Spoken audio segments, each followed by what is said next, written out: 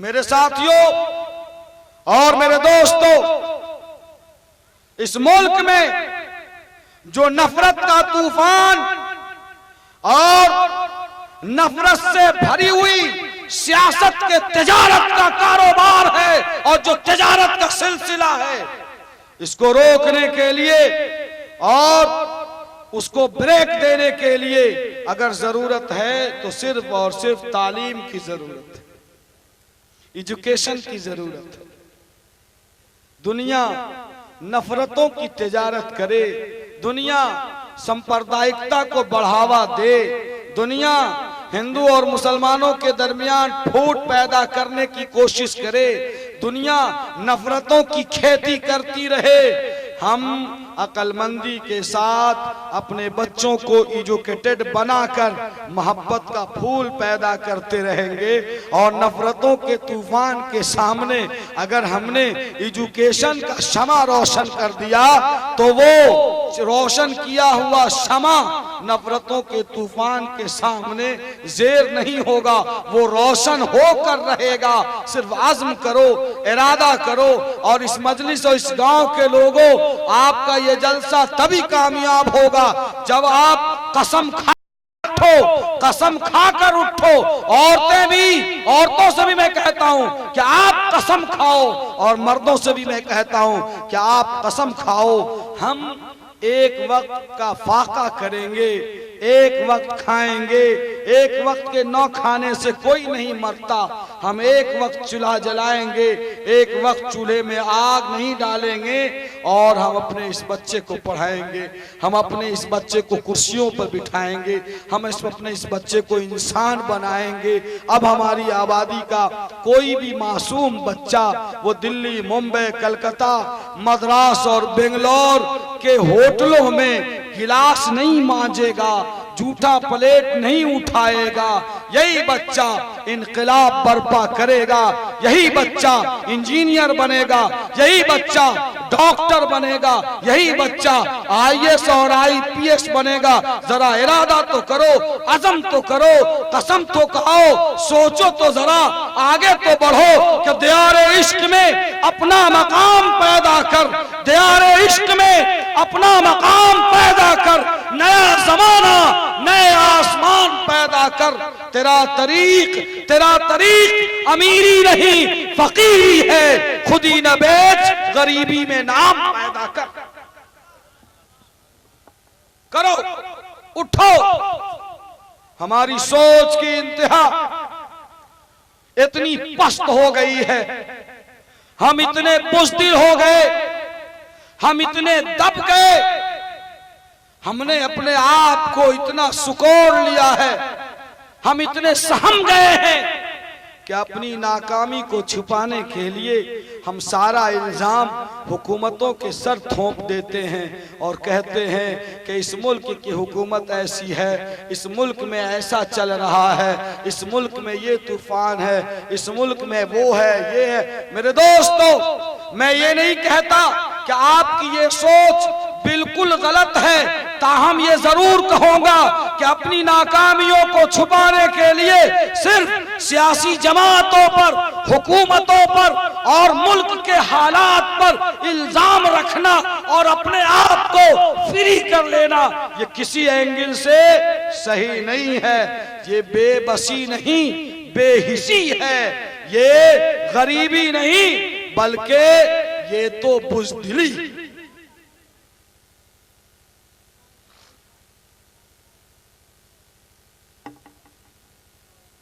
मेरे दोस्तों, हम सिर्फ इतना कहते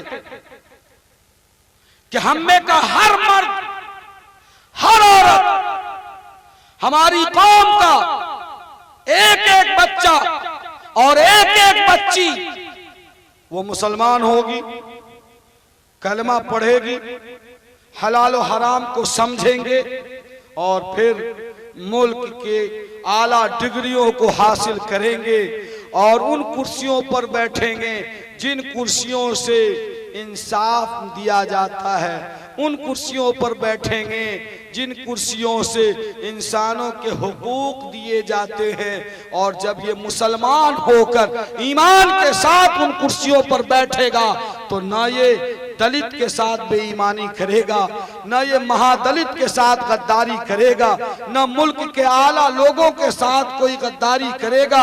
ये इंसानों के दरमियान सही सही उसका हक देने वाला बनेगा। ये तब बनेगा जब ये मुसलमान होगा और मुस्लिम ऑफिसर होगा, तब बनेगा। वरना पाप की उन नालियों में जाकर अगर हमने इनके ईमान को दुरुस्त नहीं किया, नाम अब्दुल्ला जरूर होगा लेकिन ये आला अफसर बनकर हमारे काम का इसलिए नहीं होगा कि पाप की गंदी नाली में जाकर ये भी डुबकी लगाएगा और मुसलमान के नाम को बदनाम करेगा। इसलिए हम कहते हैं कि मस्जिदों में पढ़ाओ, मकतब कायम करो, पहले ईमान मजबूत कराओ और इसको IAS बनाओ, इंजीनियर बनाइए, उसको डॉक्टर बनाइए। इसलिए कि इस समाज को जैसे एक हाफिज कुरान की जरूरत है, एक मुफ्ती की जरूरत है, वैसे ही इस समाज को एक अच्छे डॉक्टर की भी जरूरत है, एक अच्छे इंजीनियर की भी जरूरत है, एक IAS और IPS ऑफिसर की भी जरूरत है। तो क्या हमारी इस आबादी के लोग जिन्होंने मेहनत करके आज के इस इजलास को मुनक़िद किया है, क्या आप सब मेरी बातों से सहमत हैं? कितने लोग सहमत हैं? क्या हम सब अज़्म करते हैं, क्या हम सब संकल्प लेते हैं कि हम फाक़े की जरूरत होगी तो फाका करेंगे लेकिन अपने बच्चों को पढ़ाएंगे? जोर से बोलिए, जोर से एक एक आदमी। क्या हम सब आहद करते हैं? ईमानन अगर हमने ये काम कर लिया तो हमारा ये जलसा हजारों कॉन्फ्रेंस और सम्मेलन पर भारी होगा। अगर हमारी आबादी का एक बच्चा भी आज के इस जलसे की वजह से कामयाब हो गया तो इनकलाब पैदा होगा। और किसनी पट्टी के लोगों, आप ये न समझो कि सिर्फ हमारे इस टोला के 30-35 घर के लोगों को ये आज़म करके और कसम खा खिलवा रहे हैं मुफ्ती साहब, इससे क्या होगा? नहीं दोस्तों, इनकलाब आपकी आबादी से आएगा। आप गौर करोगे तो APJ डॉक्टर अब्दुल कलाम जब उनके घर की हिस्ट्री पढ़ोगे तो वो अखबार बेचते थे और अखबार बेचकर और अपनी बहन का जेवर बेचकर अगर उन्होंने एजुकेशन पर मेहनत की है तो हिंदुस्तान क्या पूरी दुनिया के लोगों ने उनको सैल्यूट दिया है, सलाम ठोका है। और इस मुल्क में जहां नफरतों का कारोबार हो रहा है, तमाम इंसानों ने, चाहे वो मुसलमान हो, हिंदू हो, सिख हो, ईसाई हो, जो भी इस मुल्क का नागरिक रहा है, वो कल भी APJ अब्दुल कलाम को सलाम ठोकता था, आज भी सलाम ठोकता है और पूरा मुल्क उनको बाबाए मिसाइल के नाम से जानता है और जानता रहेगा।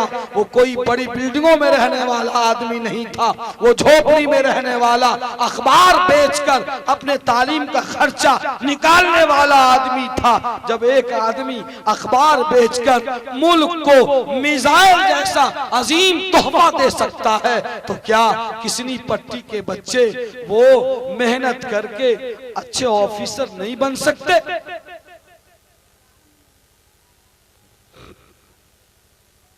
इंसान ही बनता है। और यकीन मानो, सोच पर, एजुकेशन पर, जिहानत पर किसी की जागीर नहीं होती। और यही वो चीजें हैं, बुद्धि, अक्लमंदी और काबिलियत, जो पैसे से नहीं खरीदी जाती, झोपड़ियों में भी मिलती हैं। फर्क ये है कि हम ये इरादा करें कि सितारों से आगे, सितारों से आगे जहां और भी हैं, अभी इश्क के इम्तिहान और भी हैं। हमने जो सोच लिया है कि मैट्रिक कर लो और मुखिया जी के पीछे लग जाओ कि पंचायत में कोई जगह मिलती है तो मेरे बेटे को दिला दीजिए, हम ठेका लिख के देते हैं कि जब तक हमारी नस्ल रहेगी आपकी गुलामी करती रहेगी। ये बेवकूफ़ी है कि अपनी सोच को मैट्रिक और इंटर तक सीमित कर देना। आप ऊंचा सोचिए, आला सोचिए और यकीन मानिए कि अगर गन का लाइसेंस लेना हो तो तोप के लिए अप्लाई करो, गन का लाइसेंस मिलेगा। अगर आपने सिर्फ गन के लिए अप्लाई किया है तो पटाखा फोड़ने का भी लाइसेंस नहीं मिलेगा। IAS की नियत करो, वो एलाइट जरूर बन जाएगा, वो वीडियो CO जरूर बन जाएगा। नहीं कुछ बनेगा तो दारोगा इंस्पेक्टर जरूर बन जाएगा। नियत तो करो आला क्वालिटी की, कुछ न कुछ हाथ जरूर आएगा। लेकिन अगर हमने अपनी सोच नीची कर ली तो कुछ हाथ नहीं आएगा। इसलिए मेरा यह पहला पैगाम जो नौजवानों के नाम है कि सारी चीजों को छोड़ो, तमाम चीजों से तौबा करो। क्या चल रहा है, क्या होगा, मैं जो होगा देख लेंगे। करने का काम यह है कि अपनी नस्ल को मुसलमान बनाए रखने की फिक्र कीजिए। अपने नस्ल को मैं कह रहा हूं, अपनी नस्ल को मुसलमान बनाए रखिए। ईमान कैसे बाकी रहेगा उसकी तदबीर कीजिए। मकातिब के जरिए, मस्जिदों में मकतब कायम कीजिए, मदरसों के जरिए, और आला तालीम दिलवाइए ताकि हम मुल्क में जो हमारे साथ अगर हक तलफी होती है तो हम अपने बच्चों को आइंदा 10 सालों में, 15 सालों में उन कुर्सियों पर बिठाकर इंसाफ करवाएंगे और अल्लाह की धरती पर अल्लाह का सही अदल और इंसाफ नाफिज कराएंगे इंशाअल्लाह। ये मैंने पहली बात कही है जो मैंने आप जिम्मेदारों और आप नौजवानों और आप चौधरियों के हवाले किया। करेंगे इंशाअल्लाह। दूसरी बात जो हमें कहनी है वो अपनी बहनों से कहनी, अपनी बेटियों से कहनी, अपनी भांजियों से मैं खिताब कर रहा हूं, भतीजियों से। क्या आप अपने आप को आजाद ख्याल मत समझो, आप अपने आप को दुनिया की आम औरतों की तरह मत समझो। आप अपने आप को नाचने वाली, गाने वाली, जिस्म को दिखलाने वाली, नंगापन के साथ चलने वाली औरतों की तरह मत समझो। आप अपने आप को ये समझो कि मैं मुसलमान की बेटी हूं, मैं मुसलमान की बहू हूं, मैं किसी साहिब ईमान की बहन हूं, मैं मुस्लिमा हूं। मेरी कोख में पलने वाला बच्चा जनाब मुहम्मदुर रसूलुल्लाह सल्लल्लाहु अलैहि वसल्लम का गुलाम होगा। इसलिए मुझे वही काम करना है जो हजरत फातिमा ज़हरा किया करती थी। मुझे उसी डगर पर चलना है जो डगर माँ आयशा सिद्दीका रज़ी अल्लाह ताला अन्हा ने दिखलाया है। मुझे वही करना है जो बनाते ताहिरा ने किया है। मुझे वही करना है जो उम्महातुल मोमिनीन ने किया है। अपनी सोच को बदलो, अपनी फिक्र को बदलो, दिमाग के दरवाजों को खोलो और आप ये समझो कि आपकी मिसाल यहूदिया औरतों की तरह नहीं है। आप फहाशी और नाचने वाली औरतों की तरह नहीं हो। आप रसूलुल्लाह सल्लल्लाहु अलैहि वसल्लम की लख्ते जिगर हजरत फातिमा ज़हरा की कनीज हो। आप उनके साथ जन्नत में जाने वाली पाकीज़ा ख़वातीन हो।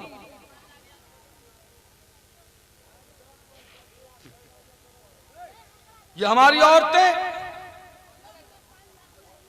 आप देखिए कि आज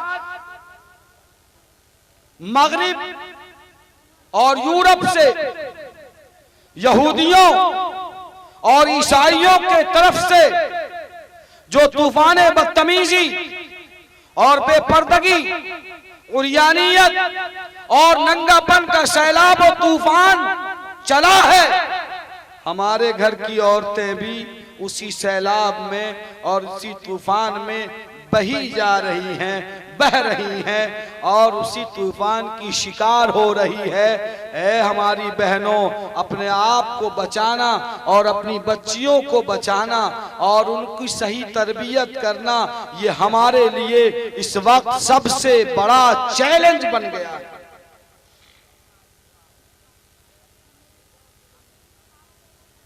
कुरान मुकद्दस ने कहा, या अय्युहन नबी, ए नबी सल्लल्लाहु अलैहि वसल्लम, कुल अज़वाजिक व बनातिक व निसाइल मुमिनीन, आप कहिए ए नबी,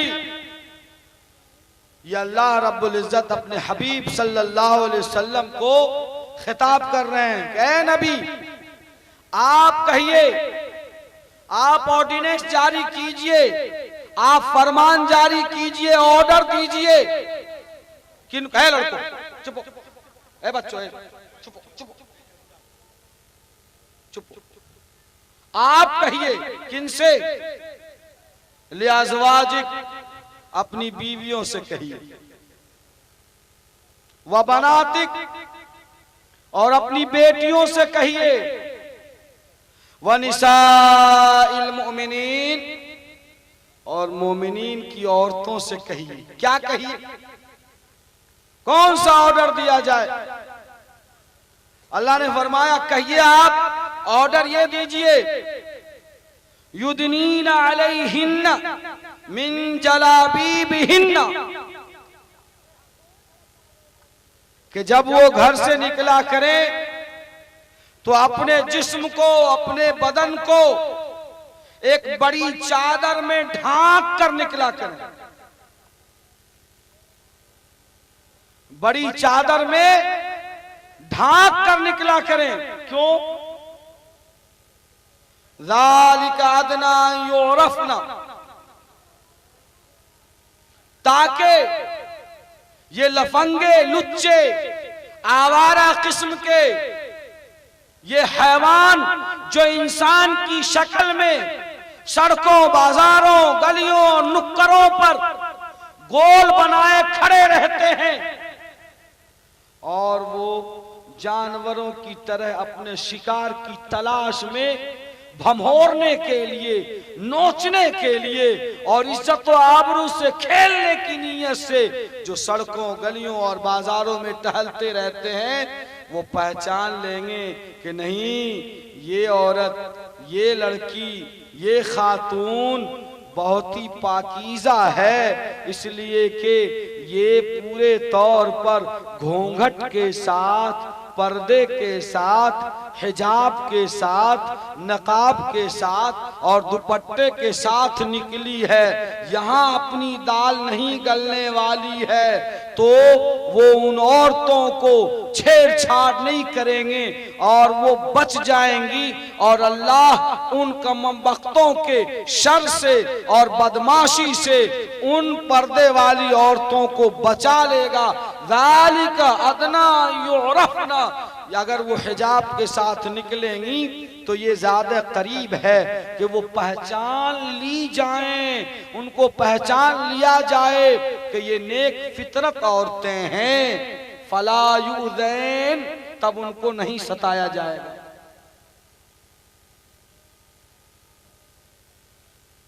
कितनी आला बात कही कुरान करीम ने। इस्लाम ये कहता है कि औरत जब घर से बाहर निकले तो वो हिजाब और नकाब और दुपट्टे और घूंघट के साथ निकले, इसलिए कि वो हमारी मां है, बहन है, बेटियां हैं। उनके कोख से नबी, वली, ऋषि मुनि, दूत सब निकले।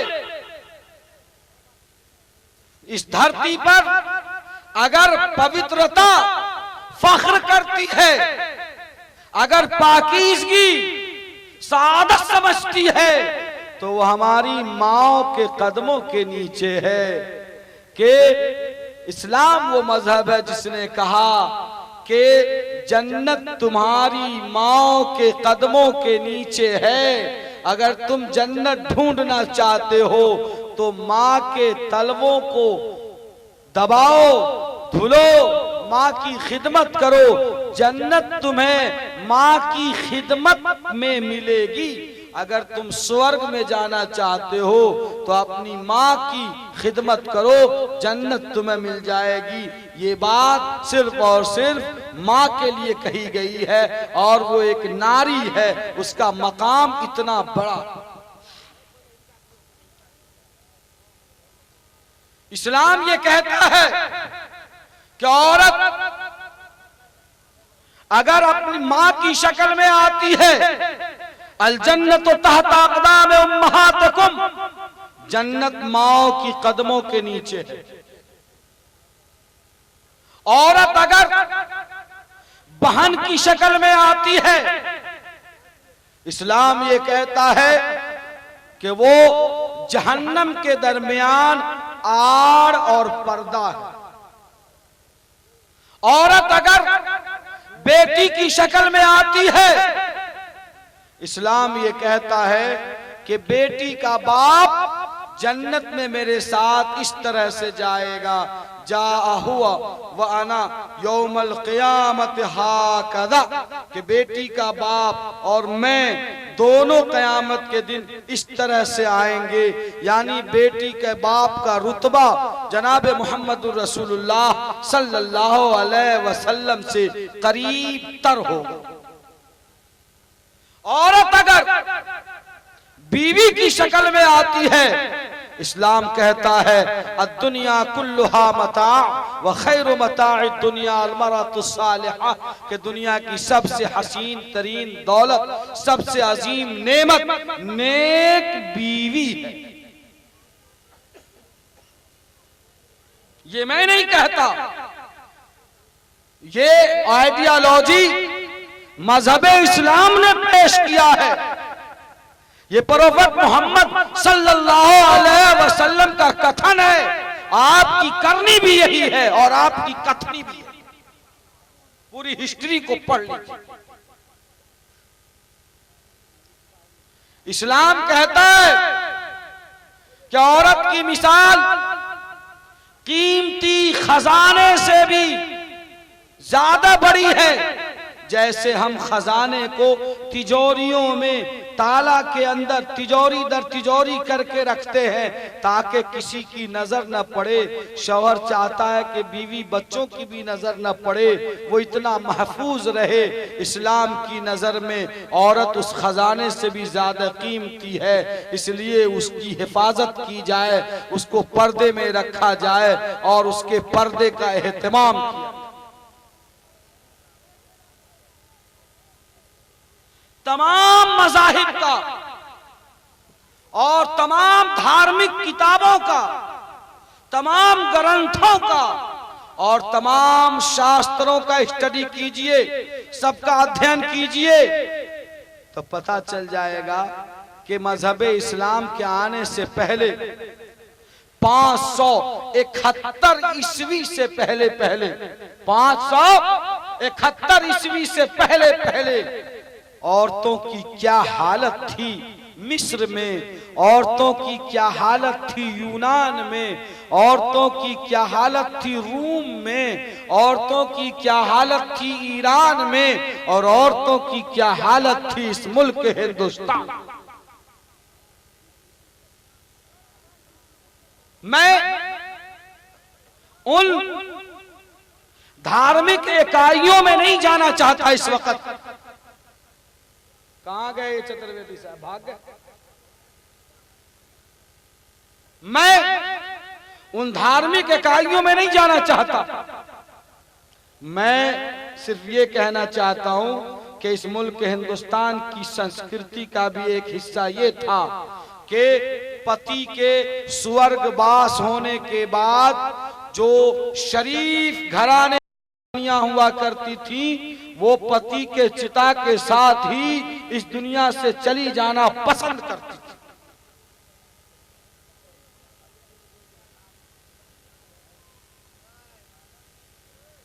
दुनिया के लोग औरतों को खिलाना और हाथ पोंछने का रुमाल इस्तेमाल करने की चीज समझते थे। मजहब इस्लाम ने ऐलान दिया और ग्लोबल आइडियोलॉजी मीन्स आफाकी नजरिया, पूरी दुनिया के लोगों के लिए एक नजरिया, एक कॉन्सेप्ट पेश किया और इस्लाम ने कहा कि आज की तारीख से औरतें बेची नहीं जाएंगी। अरे आपके सोनपुर मेला में औरतें बिकती थी, यहाँ के तमाम मेलों में औरतें बिकती थी और लोग, बड़े जमींदार और नवाब और सब लोग औरतों को खरीद के लाते थे।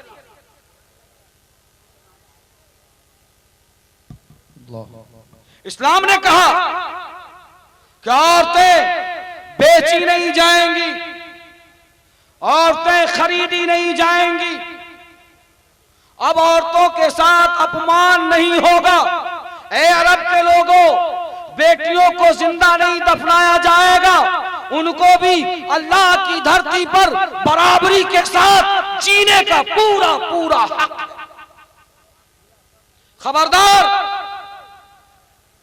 औरतों को अपना गुलाम मत समझो, औरतों को अपनी नौकरानी मत समझो, औरतों को हाथ पोंछने का रुमाल मत समझो, औरतों को पांव की जूतियां मत समझो, औरतों को यूज एंड थ्रो वाली चीज मत समझो, बल्कि वो औरतें तुम्हारे लिए शरीके हयात हैं, जिंदगी की बेहतरीन साथी हैं, तुम्हारे हम पल्ला हैं, तुम्हारे सुख और दुख की साथी हैं। और याद रखो कि जैसे एक औरत एक मर्द के बगैर नामुकम्मल है, वैसे ही एक मर्द भी एक औरत के बगैर बेकार है, नामुकम्मल।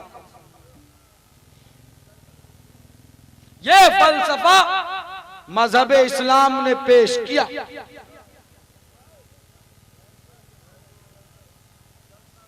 आज वो लोग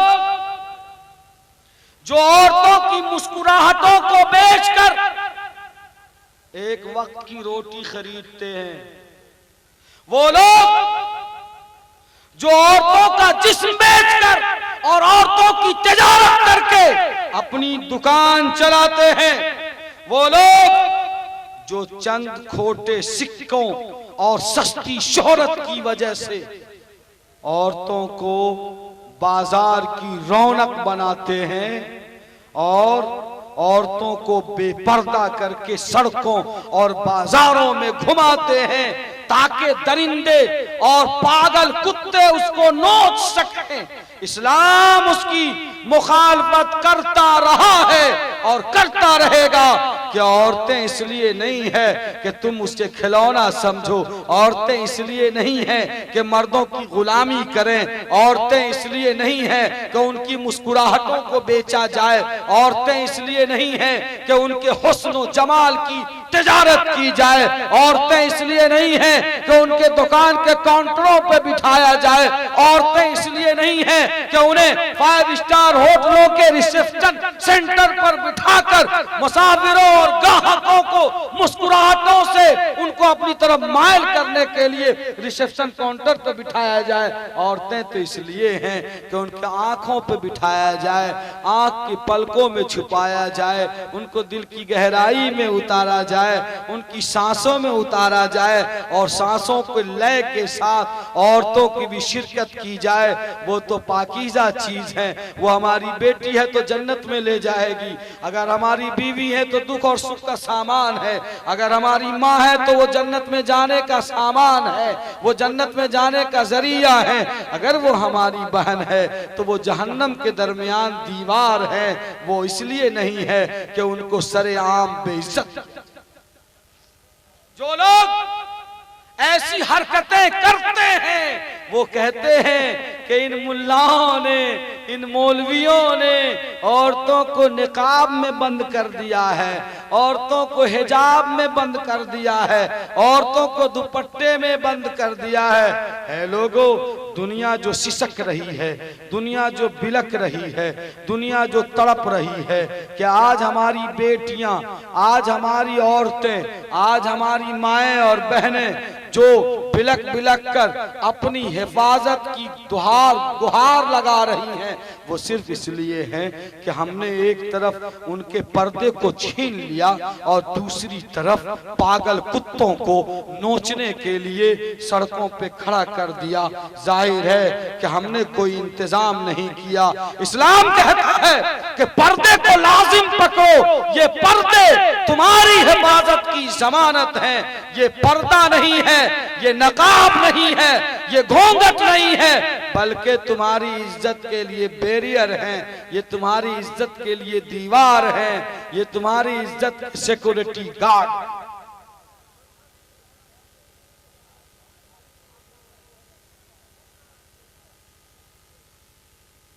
मेरी बहनों, कुरान मुकद्दस ने फरमाया,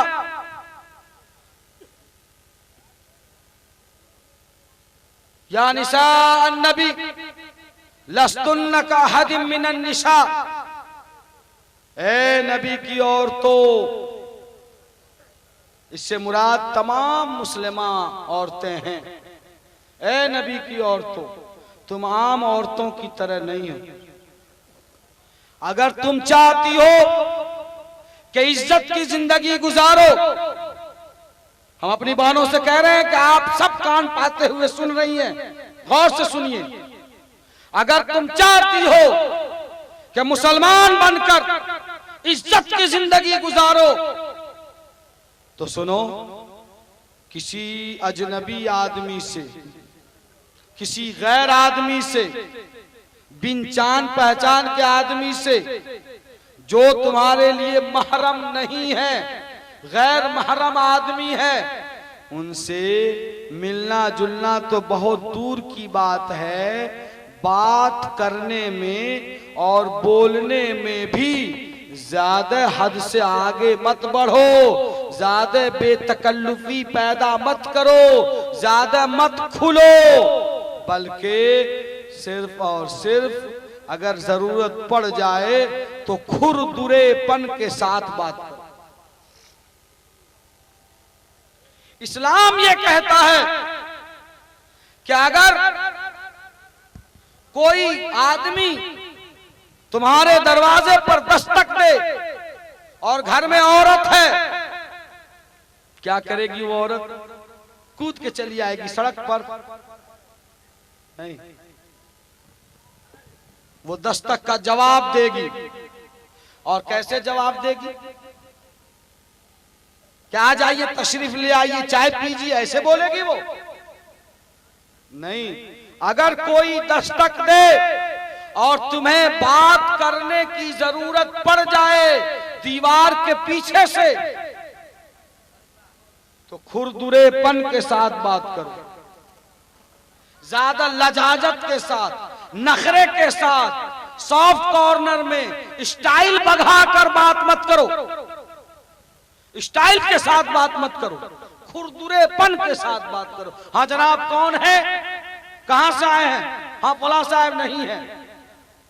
ऐसा न हो कि बदअखलाकी हो जाए, लेकिन ऐसा भी न हो कि बड़े प्यार से, नजाकत से जवाब दो, ऐसा मत करना। इसलिए कि अगर स्टाइल से और नाजो नखरे के साथ जवाब दोगी, वो अगला आदमी जो खबीस किस्म का होगा 2 घंटे के बाद फिर दस्तक देगा, शाम में फिर दस्तक देगा, कल सुबह में फिर दस्तक देगा, और धीरे धीरे तुम्हारे अंदर लालच पैदा करेगा और किसी न किसी तरह से ताक झांक की कोशिश करेगा। ये बात मैं नहीं कहता, ये बात अल्लाह रब्बुल इज्जत ने फरमाई है और कुरान करीम की आयत का तर्जमा है। कुरान ने कहा इन तक़ैतुन्ना, अगर तुम इज्जत वाली जिंदगी जीना चाहती हो, फला तखज़ान बिल कौल, तो बात करने में ज्यादा स्टाइल और नाजो नखरे के साथ बात मत करना। क्यों? इसलिए कि अगर नाज के साथ बात करोगी फयतमअल लज़ी फी क़ल्बिही मरज़, तो वो आदमी जो बाहर से बात कर रहा है, वो अगर उसके दिमाग में, अगर उसके दिल में बीमारी है, शैतान है, तो तुम्हारे अंदर लालच करेगा। ये है तर्जमा। आज ये लफंगे और लुच्चे, ये हर शरीफ आदमी का हर गांव में 5-10 नंबर मोबाइल पे ट्राई करते हैं और कहीं ना कहीं 1-2 नंबर, 1-2 डिजिट आगे पीछे करने से कोई ना कोई कॉल लग जाती है और बेल हो जाती है। और अगर उस फोन पर, मोबाइल पर किसी लेडी ने उठाया और थोड़ा भी पॉजिटिव रिस्पांस मिला, नखरे की बात मिली, वो शैतान वहीं से रास्ता बनाता है और ये गली बेहयाई के नेशनल हाईवे तक पहुंच जाती है। सुन लीजिए, आप लोगों को पता हो न हो, लेकिन मैं पेशे से चूंकि काजी हूं, इसलिए मुझे खूब पता है और मैं खूब अच्छी तरह से वाकिफ हूं। इसलिए कि लोग अपनी परेशानियां और अपनी समस्या लेकर हमारे पास आते हैं और ये बीमारी चाहे मुस्लिम समाज हो या हमारे बिरादराने वतन हो, हर एक में ये बीमारी आम है और सब परेशान।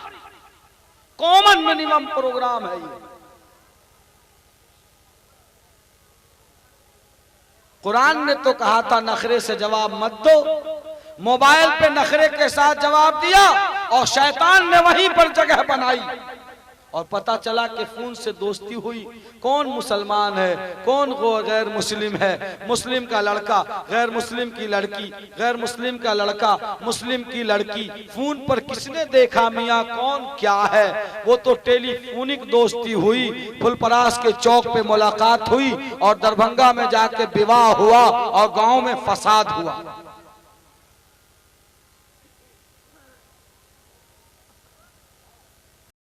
ये तो कुरान ने कहा।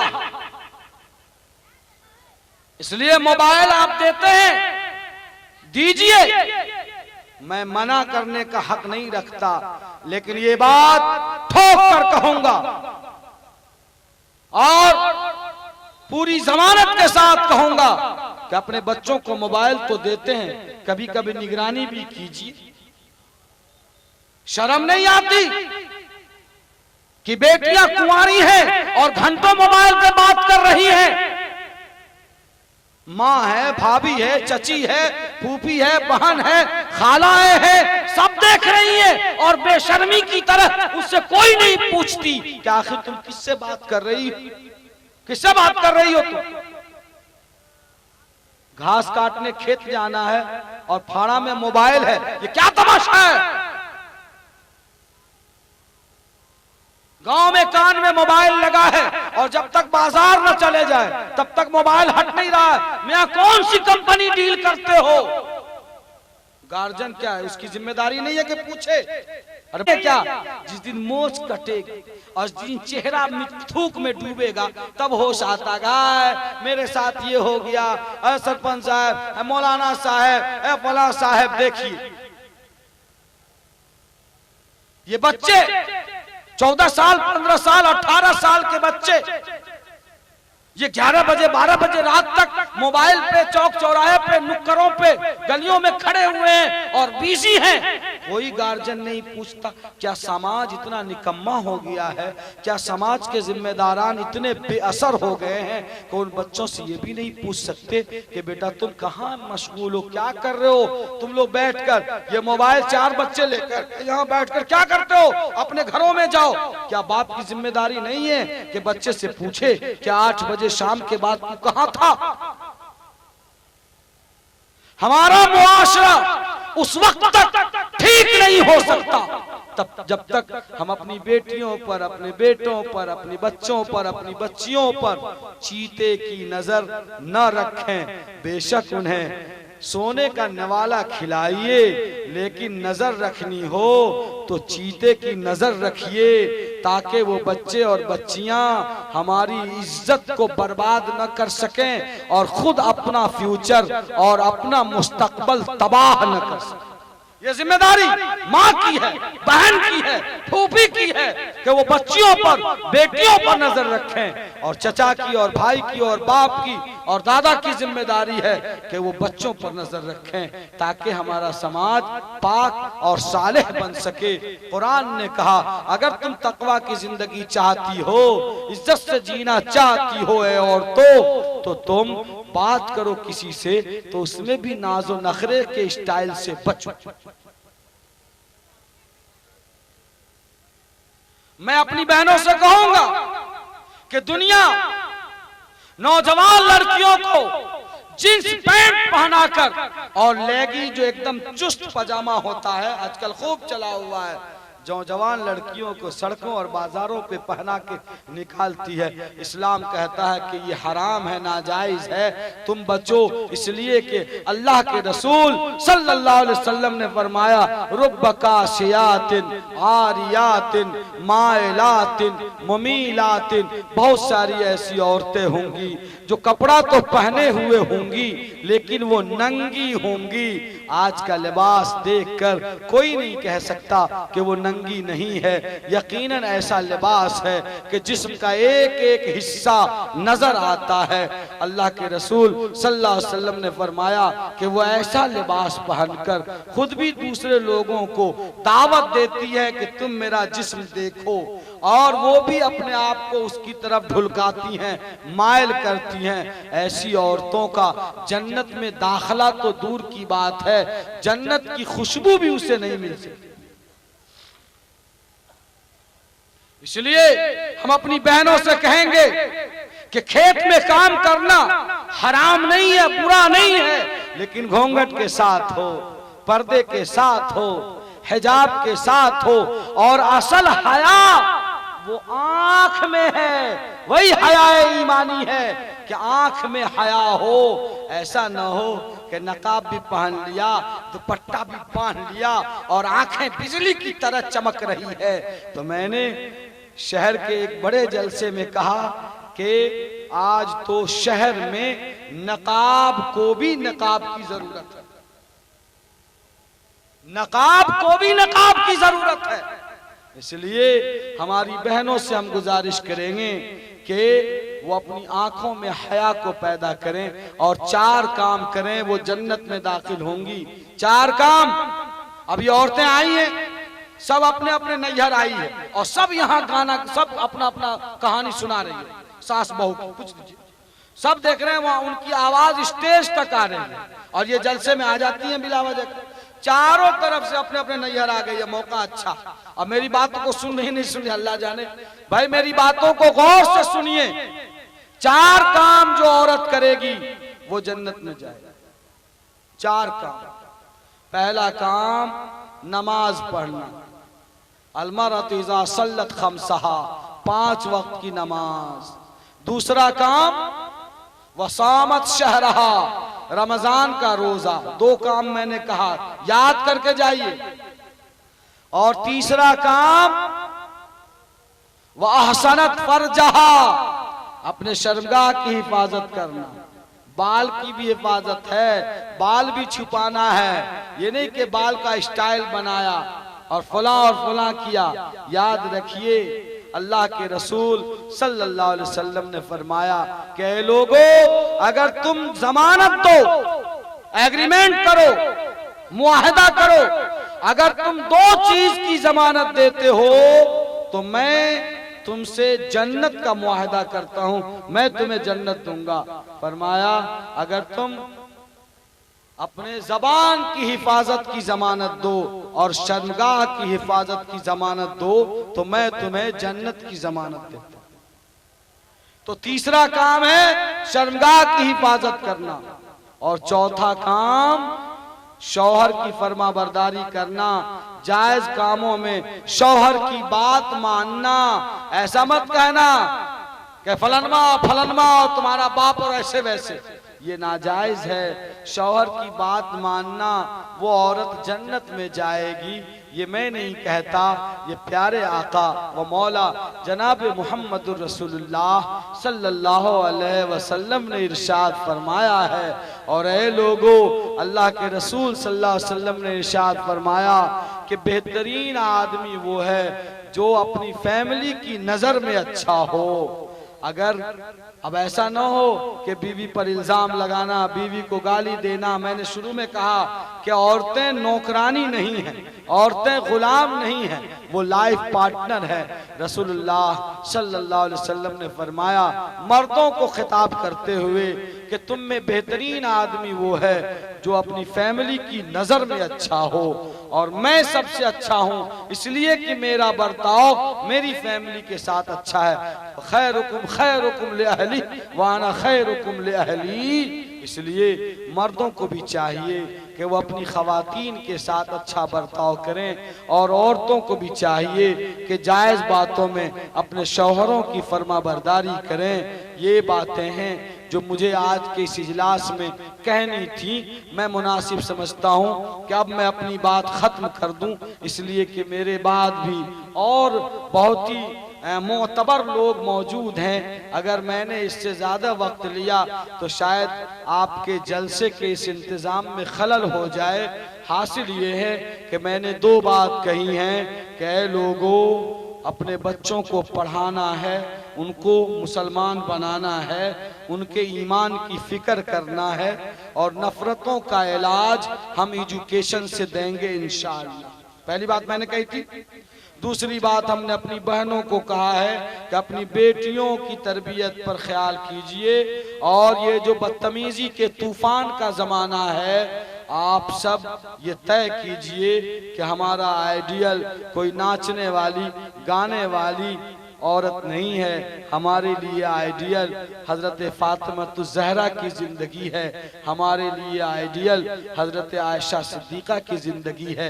इंशाअल्लाह अल्लाह ताला से दुआ कीजिए कि अगर हम सब ने इन बातों पर अमल किया, और इस गांव के लोगों ने जिस बात पर कसम खाई है, खाया नहीं कसम, अरे इरादा क्या नहीं किया, किस बात का, जोर से बोलिए, किस बात का हाथ उठाया था, खड़े होके बोलिए, बोलिए, अरे खड़े हो, खड़े होके बोलिए, किस चीज का इरादा किया था।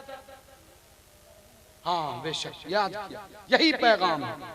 इंशाअल्लाह आइंदा इमारत शरिया तक आपके गांव की रिपोर्ट जानी चाहिए, और जनाब मुफ्ती अनवार साहब जरूर इस गांव की रिपोर्ट पेश करेंगे कि मैट्रिक के बाद कितने बच्चों ने आला तालीम के लिए आगे सफर का इरादा किया है और कोशिश की है, ताकि हम समझ सकें कि किसनी पट्टी का ये जलसा कामयाब हुआ और बामुराद हुआ। वाखिर दावाना अनिल हम्दुलिल्लाहि रब्बिल आलमीन। जज़ाकुमुल्लाहु अहसनल जज़ा।